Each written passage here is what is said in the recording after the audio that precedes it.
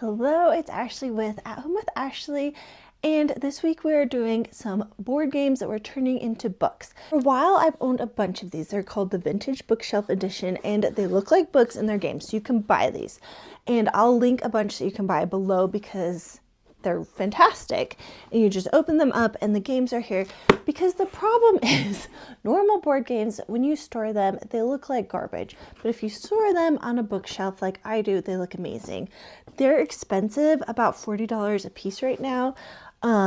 So I decided I could try to make my own, and last year I did, and I think they turned out so good. It has similar vibes, they look good on the shelf, and the thing is there's a good amount of these that you can buy, but it's not every game.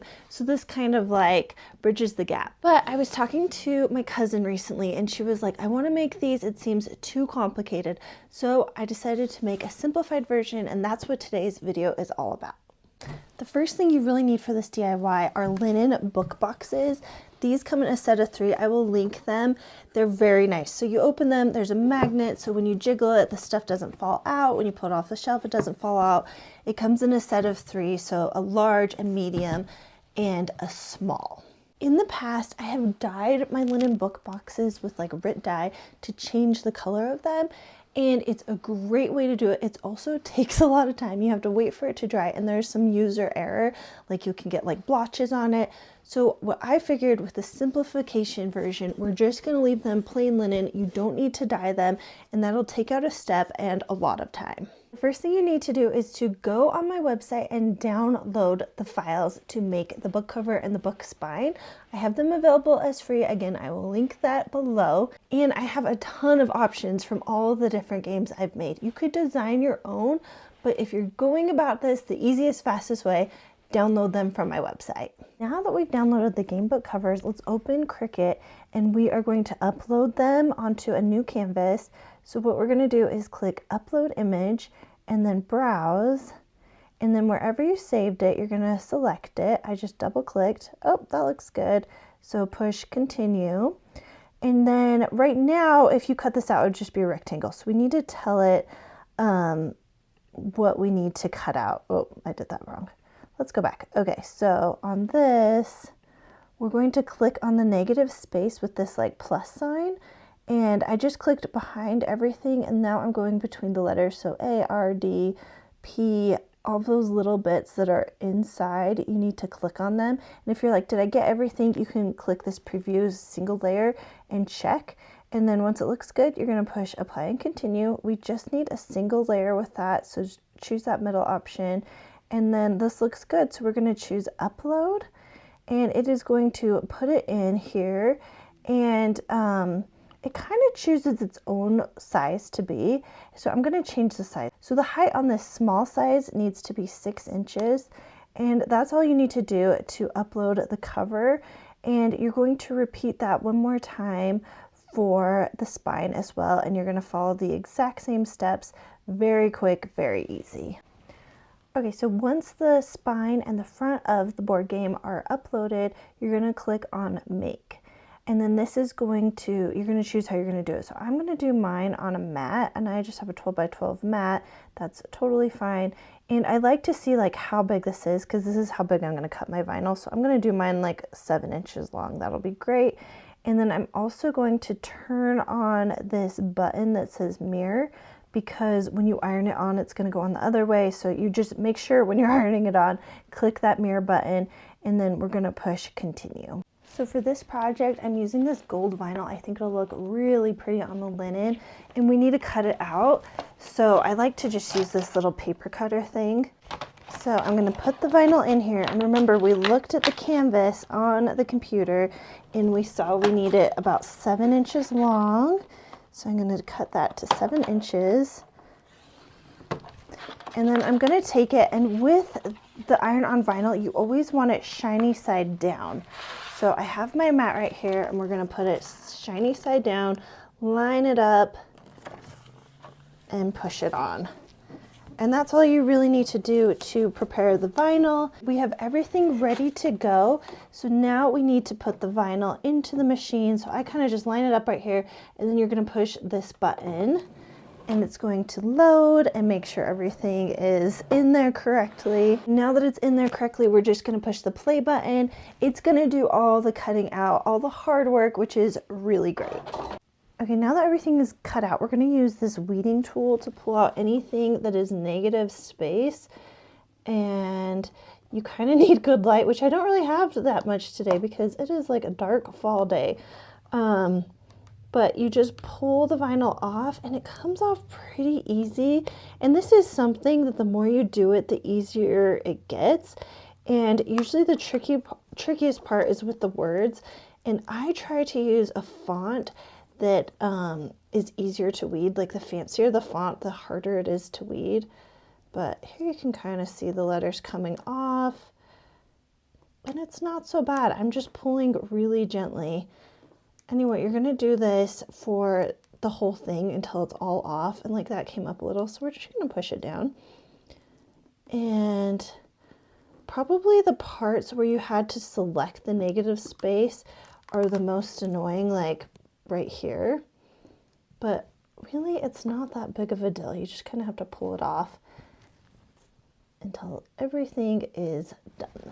Once these are all weeded, I cut them into two pieces, and you can see this is a sticky side, and then when you place it the right side up, it is the right way, and that's why we mirrored it before. So you want to get it on nice and straight, and then I have this special tape. It's for heat, and I will link it, and you just tape it on in place.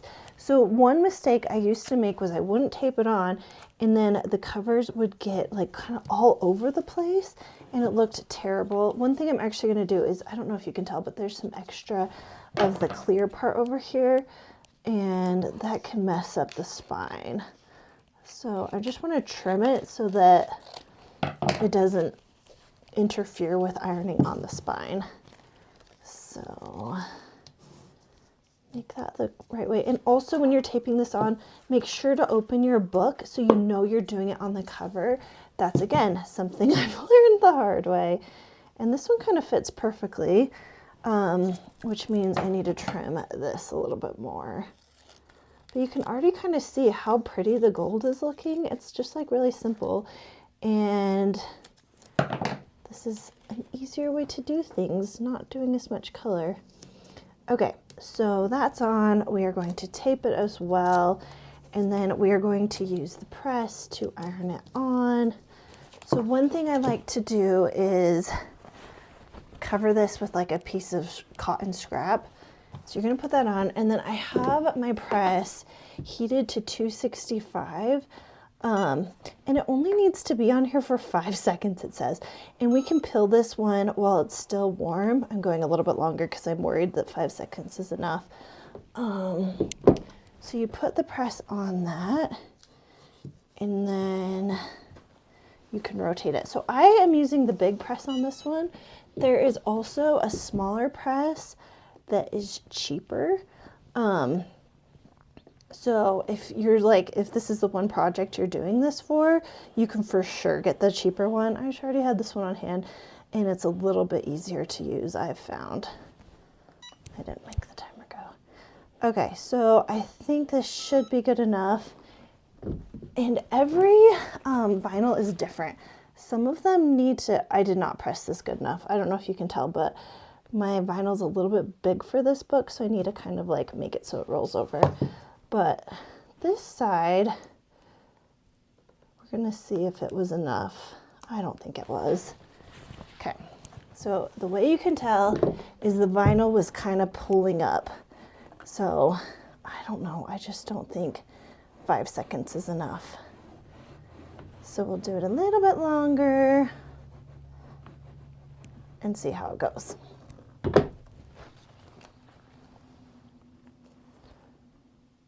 Okay, so now I'm pilling it up, and you can a little bit see it's still pulling up right there, but this side's done over here.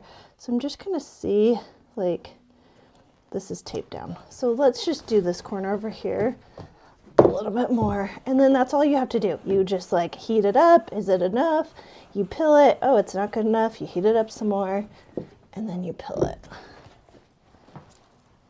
And let's see here.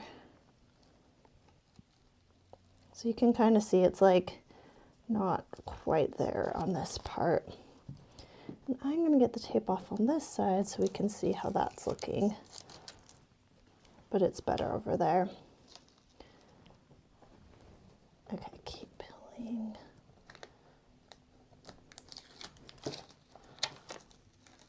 Very nice.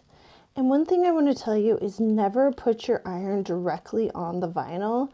So like this needs to be pressed some more. But make sure the fabric's over or all of the vinyl is just going to bubble up. Okay, so this will not need long to kind of finish up that bottom corner that wasn't doing so well. But now you can see it looks perfect. And then we're just going to repeat for this section. I'm honestly blown away because I think the gold metallic looks so nice. I think this is lovely. And all you have to do once you're done ironing stuff on is put the game inside the book box, and you can see how this looks so pretty on your shelf, on your coffee table. It's lovely. So what I'm going to do now is I'm going to make the other two book boxes because I have a set of 3, might as well make all 3. I'm going to time myself and I'll tell you how long it took and some finishing thoughts, but so far so good. I'm really pleased with this. I want to talk about the vinyl I used for this project. This is from Hobby Lobby. I don't love shopping at Hobby Lobby, but my town does not have Michael's, so I went there one day and I love their vinyl, dang it. The reason I like it is because you can use it on a lower temperature. You do 265, 30 seconds works best, and then you can pull it while it's still warm. Other vinyls, you have to wait for it to cool off and then you pull it, and if it's not working, you have to heat it up. It just takes more time because you have to let it cool down. Anyway, this is my favorite. I'll show a close-up. It's so good. The game board books are done and I love how they turned out. The metallic is beautiful. I think these look the most professional out of any I've made, maybe because I've made so many and I'm like, now I know how to do it well, and I was using the good vinyl. And there is a large margin of error with the dye. Like, you always get spotches, it never looks perfect. So without the dye, you save time, and honestly, it looks really good. So if you're fine with this beige look with the gold, you could do any color vinyl. It looks amazing. Anyway, I hope you liked this faster, simpler version. I have a whole playlist with, you know, tips, like detailed tutorials on every step of this. So if you want to make your own, I think it's a great time. Like I said, it'd be an amazing gift. And because it's cold outside right now, it's the perfect time to play board games. Let me know if you have any questions in the comments. If you like this video, please make sure to give it a thumbs up. And if you're not already, please subscribe.